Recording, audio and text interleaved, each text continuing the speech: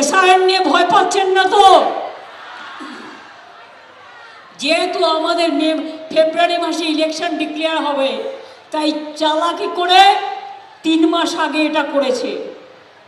এটা অমিত শাহ করেছে, home minister, যাতে আইদার ইলেকশন বন্ধ করে দাও, এসআইআর না মানলে গভর্নমেন্ট ফেলে দাও, আর তা নাহলে এসআইআর করে দাও।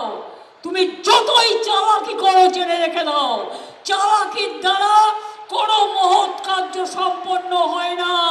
আমরা সবটাই করব, আমরা রুখে নেব, আমরা লড়ে নেব, আমরা অধিকার আদায় করে ছাড়বো।